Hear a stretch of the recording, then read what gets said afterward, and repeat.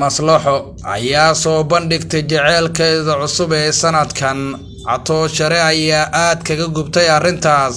Boqorada isteelkana waxa ay dagaal lama filaan ah kaga hor imaaday maslaxo. Maxay tahay xilligan dagaalka lama filaanka ah? Intaas iyo in ka badan ayaan idiin soo gudbin doonaa saaxiibayaal. Balse marka hore waxaan idinka codsanaynaa in muuqaalkan aad follow dhahdaan, siina share gareysaan idinkoo leeg dhahaya si muuqaalku u gaaro saaxiibo badan.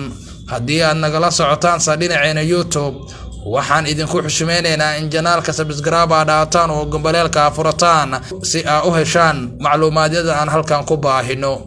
Waa hagaag. Maslaxo ayaa muddooyinkii la soo dhaafay waxa uu dagaal aad u culus kala dhaxeeyay saygeeda Catooshare, kaasoo ay sheegtay inay kala tageen. Walow Catooshare arrintaasi uu beeniyay, ayaa maanta soo bandhigtay jacayl cusub waxyaabo ay ugu yeertay. Waxaana kaamirada ka soo wada muuqday maslaxo iyo sidoo kale nin cusub ay ku sheegtay inuu jaceylkeedu uu yahay. Dadka baraha bulshada isticmaalo ayaa si weyn u faaqidaya saacadihii la soo dhaafay. Inkastoo aragtiyo kala duwan laga bixiyay ninka ay soo bandhigtay, ayaa waxaa la tilmaamay in la doonayo ninkaas inuu caan ka noqdo baraha bulshada, sida iyada uu u soo caan bixiyay Catooshare iyadoo laga aqoonin social media. Waa iska caadi haddii arrintaasi dhacdo, oo maxaa yeelay waxaa soo daahiraya xaqii caan bixiska ee Catooshare ku aadanaa in maslaxo maanta baraha bulshada laga hadalhayo.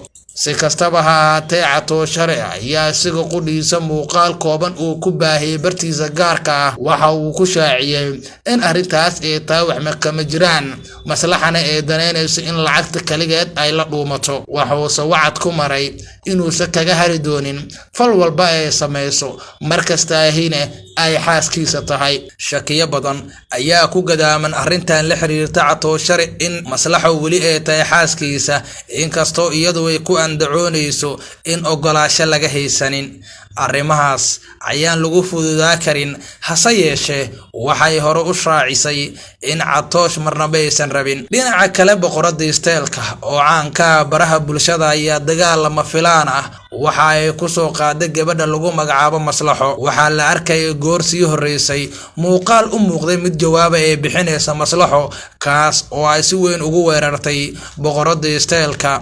Dhawaanahan waxaa jirtay dagaal toos ah oo u dhaxeeyay boqorada isteelka iyo sidoo kale gabadha lagu magacaabo Maslaxo. Hase yeeshee xilligan waxa uu ku soo aadayaa xilli ay gubanayso Maslaxo. Waad ku mahadsantihiin dhammaantiin daawashada muuqaalkan saaxiibayaal.